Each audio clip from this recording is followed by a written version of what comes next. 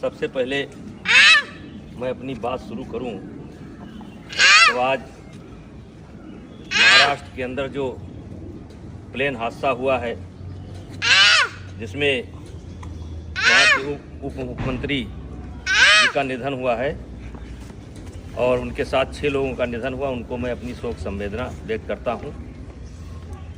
आज कई दिनों से यूजीसी पर एक विवाद हो रहा है और यूजीसी का विवाद यहाँ से शुरू होता है कि सरकार पढ़ने वाले बच्चों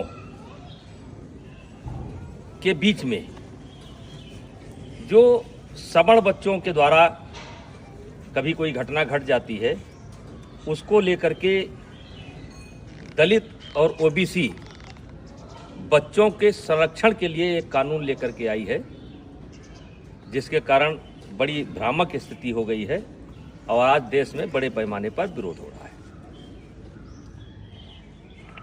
ये मेरे सामने कुछ बच्चे हैं, इसमें हमारे भी बच्चे हैं और दलित समाज और पिछड़े समाज, लगभग हर समाज के बच्चे हैं। ये रोज साथ में खेलते हैं। कितने दिन से तुम लोग साथ में खेल रहे हो? 5 साल से ये बच्चे डेली शाम को आते हैं और खेलते हैं। फिर इनको कोई नाश्ता पानी, जैसे लड्डू, मिठाई, चाय, आम, मटर, सीजनल, यानी जो घर पर रहता है वो ये लोग साथ में बैठ करके ये नाश्ता करते हैं। ये कोई कानून के तहत नहीं कर रहे हैं, ये कानून के बंदिश से नहीं खेल रहे हैं। ये हमारी सनातन की परंपरा रही है, हमारे नस नस में है। पंडित दीनदयाल जी ने कहा था कि जो नीचे हैं उनको ऊपर लाना है और यही हमारी सनातन परंपरा है, यही हमारी सवर्ण परंपरा है कि जो नीचे हैं उनके साथ भेदभाव ना करना, ऊपर लेकर के आना। इसका मिसाल ये किसी कानून के तहत नहीं हो रहा है। और आज मैं सरकार से कहना चाह रहा हूं कि समाज कैसे चलता है, ये ऑफिस में बैठ करके समाज को नहीं चलाया जा सकता है।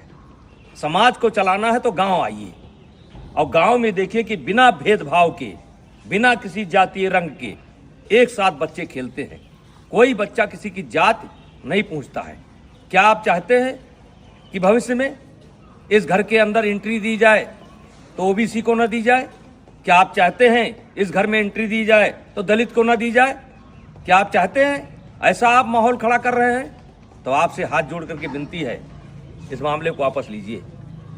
और मैं अपील करना चाहता हूं, सवर्ण समाज से अपील करना चाहता हूं कि इसमें संपर्क करिए ओबीसी के लोगों से। ओबीसी समाज के जो समझदार लोग हैं उनसे संपर्क करने की जरूरत है।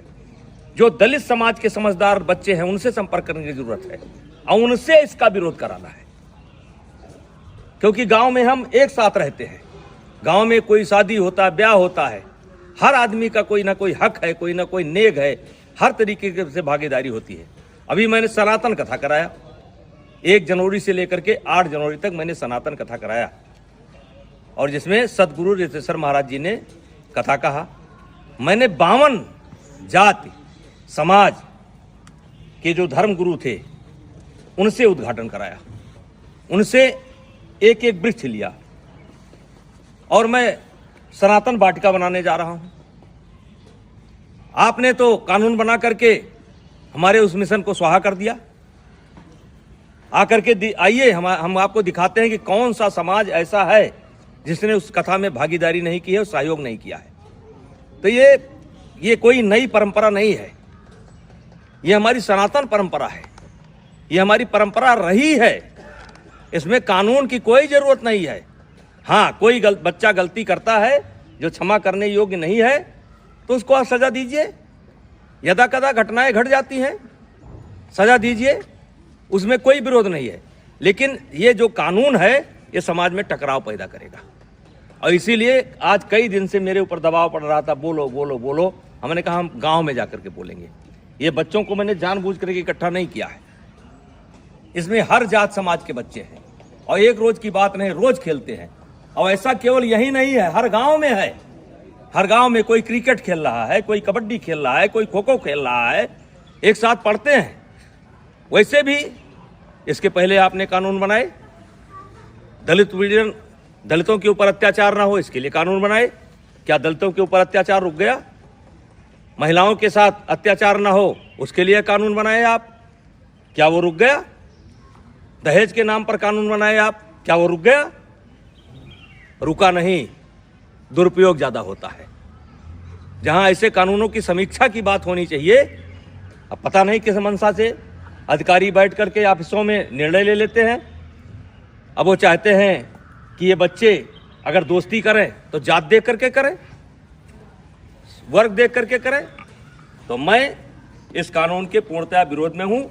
अगर जरूरत पड़ेगी तो आंदोलन होगा, लेकिन आंदोलन में केवल क्षत्रिय नहीं होंगे, सनातन धर्म के मानने वाले सब होंगे, दलित भी होंगे, पिछड़े भी होंगे। ऐसे कानून की जरूरत नहीं है जो कानून हमको बांटता हो। ऐसे कानून की जरूरत नहीं है। तो कृपया हाथ जोड़ करके विनती है, मैं बहुत छोटा आदमी हूँ, मैं जानता हूँ कि इसका असर पता नहीं आप पर पड़े कि ना पड़े, लेकिन ये गांव ऐसे नहीं चलता है।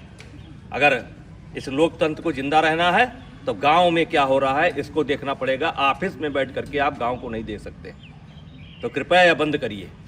सवर्णों के बीच में झगड़ा होता है, ब्राह्मणों ठाकुरों के बीच में भी झगड़ा होता है, दलितों के बीच में झगड़ा होता है। कहाँ तक आप कानून बनाएंगे? तो भाईचारा स्थापित करिए। और ये जो कानून है ये समाज को फाड़ फाड़ कर देगा, और इससे आने वाले समय में देश का बहुत नुकसान होगा, राष्ट्र का बहुत नुकसान होगा, समाज बढ़ जाएगा। कृपया हाथ जोड़ करके विनती है, ऐसे कानून न लावें। कहने को तो बहुत कुछ इच्छा है, बोला जा सकता है, लेकिन बोलने की कोई आवश्यकता नहीं है। इस कानून से ये बच्चे बढ़ जाएंगे, ये जात देख करके दोस्ती करेंगे। कितने साल से आते हो तुम लोग? 5 साल से आते हो। और कुछ नाश्ता पानी मिलता है? हैं? खेलते हो? तो मैं जो लोग भी लेकर के आए हैं उनसे कहना चाहता हूं कि ये कानून आपका समाज में भेदभाव पैदा करेगा और ये बच्चे बढ़ जाएंगे, और ये देश के लिए अच्छा नहीं होगा। और मैं इस कानून में, वैसे मैं एबीपी का बयान देख रहा था, संतुलन की बात की गई है। इस कानून में संतुलन नहीं है। आपने एक पक्ष को अपराधी बना करके खड़ा कर दिया है, और वकील का भी मौका नहीं दिया कि इनका वकील कौन होगा। तो जो गलत करता है उसको सजा मिलनी चाहिए, चाहे क्षत्रिय समाज का हो, चाहे ब्राह्मण समाज का हो, चाहे किसी समाज का हो, वो सजा का हकदार है। उसका कोई समर्थन नहीं करेगा, हमारा कोई समाज समर्थन नहीं करेगा। लेकिन आप ये बच्चों में भेदभाव मत पैदा करिए, स्कूलों में भेदभाव मत पैदा करिए। और मैं फिर अपील करना चाहता हूँ दलित समाज के बच्चों को, जो पढ़े लिखे बच्चे हैं उनको अपील करना चाहता हूँ, ओबीसी समाज के बच्चों को अपील करना चाहता हूँ। ये देश हम सबका है, और इस देश में सौहार्द बनाए रखना हम सबकी जिम्मेदारी है। तो कृपया ऐसे कानून का समर्थन न करें। धन्यवाद।